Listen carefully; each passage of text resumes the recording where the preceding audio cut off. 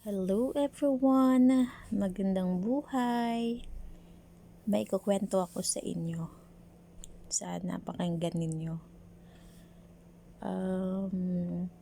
From bahay, papuntang highway. Ganyan po yung daanan namin. Nakikita nyo po yung sasakyan dyan is parang barko. Left and right siya kasi po mabato po yung kalsada po namin dyan.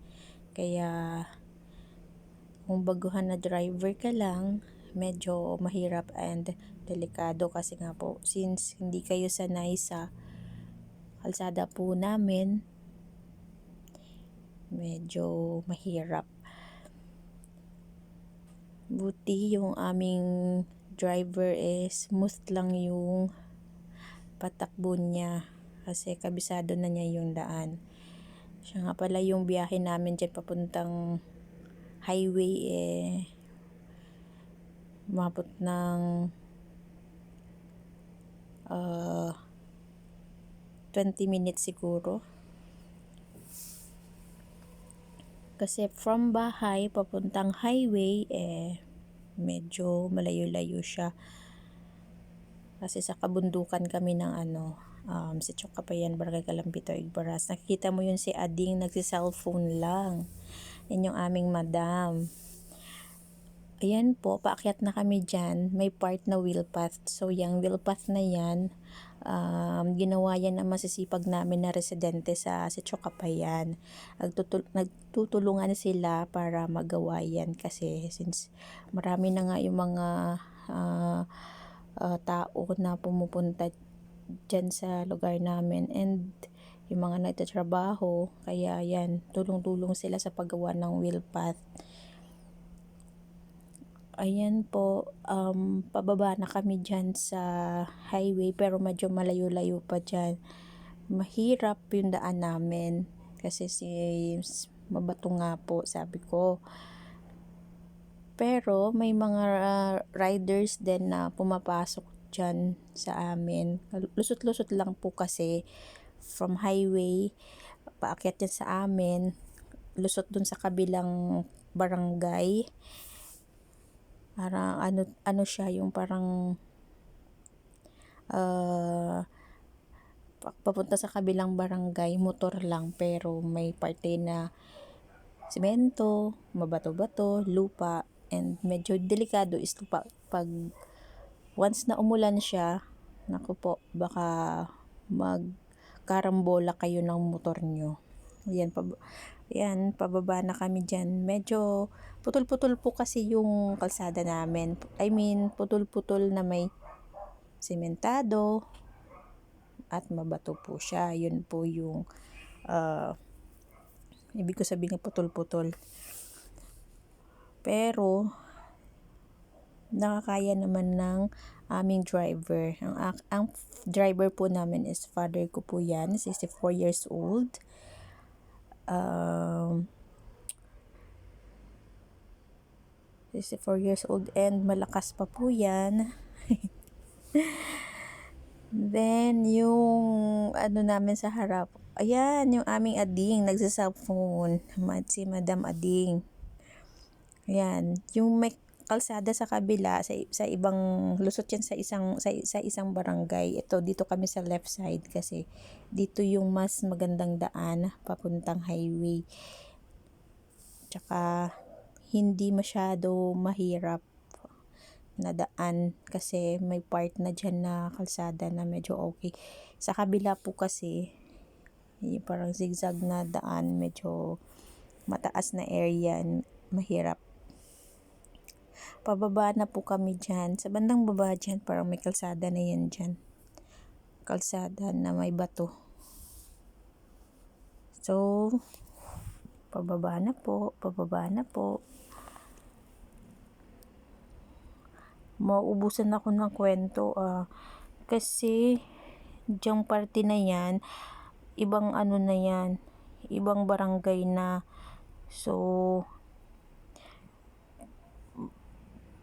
paglagpas din sa motor na yan, naman na bato-bato naman na yung ibang nilalagay dyan, yung labhang kasi yan tawag sa amin, hindi ko alam kung tawag sa Tagalog niyan. Yung ano ng palay, balat. Sorry. Probinsyana talaga kasi. Yan, medyo, ayan na po, pababa na po kami. Mabato pa din dyan sa parte na yan. Yan, yung aming driver, smooth lang yung pagtakbo dyan. Siguro mga 20 lang. Kasi mahirap po eh. Tapos yung kargan niya, puro mga dabyana. So, mabigat. Kaya ganyan siya. Pa left and right kami. Yan, sa part na to, ibang barangay na ito. Pero, ano pa din siya, sa bayan pa din siya ng Igbaras. Medyo malayo siya talaga guys, papunta ng highway.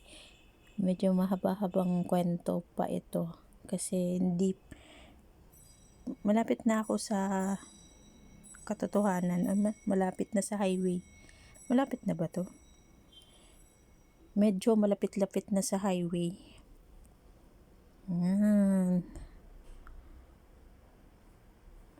Marami ding mga bahay dyan. Ay hindi, limited lang pala. Siguro bilang lang sa daliri. Ayan po. Diyan. Bato talaga yan dyan.